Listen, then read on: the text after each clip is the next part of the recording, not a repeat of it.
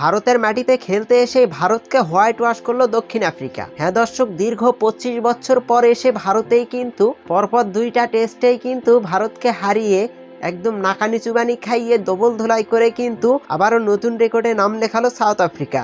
যে সাউথ আফ্রিকার কপালে কিন্তু চৌকাশ নামটি জুড়ে গিয়েছিল, তারা কিন্তু এবার চৌকাশ ভেঙ্গে দীর্ঘ 25 বছর পর কিন্তু ভারতকে হারিয়ে দিল এবং তাদের দেশের মাটিতে এসেই কিন্তু সাউথ আফ্রিকা।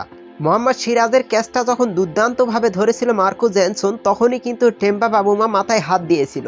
হয়তো তিনি মাথায় হাত দিয়ে কিন্তু তিনি এটাই বলেছিলেন যে ও মাই গড, তারা ভারতের মাটিতে এসে নতুন ইতিহাস করলো দীর্ঘ 25 বছর পর। 408 রানে বিশাল ব্যবধানে হেরেছে কিন্তু ভারত। উল্লেখ্য যে দক্ষিণ আফ্রিকা কিন্তু প্রথম ইনিংসে 489 রান করে এবং দ্বিতীয় ইনিংসে কিন্তু 260 রান করে ইনিংস ডিক্লার করে। এরপরে কিন্তু বিশাল ব্যবধানে ভারতের হার। সত্যিই কিন্তু ভারতীয় সমর্থকরা দিনটিকে ভুলে যেতে চাইবে, কিন্তু তাদেরকে মনে রাখতেই হবে, কেননা সাউথ আফ্রিকার 25 বছর পর নতুন ইতিহাস। প্রথম ইনিংসে কিন্তু 201 রানে অল আউট হওয়ার পরে কিন্তু 500-র উপরে টার্গেট জমা করায় দক্ষিণ আফ্রিকা। বিশাল লক্ষ্যের মাঝেই কিন্তু ব্যাট করতে যায় টিম ভারত। এরপরে কিন্তু তারা কিন্তু নাজেহাল ব্যাটিং করে মাত্র 140 রানের মধ্যেই গুটিয়ে যায়। এরপরে কিন্তু 25 বছর পর দীর্ঘ ইতিহাস লেখা হলো ক্রিকেট দুনিয়ায় সাউথ আফ্রিকার নামে।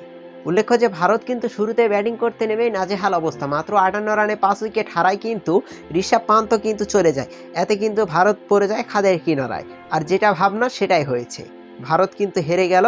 অবশেষে নিজেদের মাটিতেই হোয়াইট ওয়াশের লজ্জা পেল ভারত।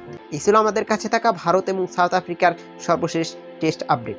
পরবর্তী নিউজ ভিডিও দেখার আমন্ত্রণ জানিয়ে বিদায় নিচ্ছি। মোস্তাকিন হাসান, বিটি ইনফায়ার রিঅ্যাকশন।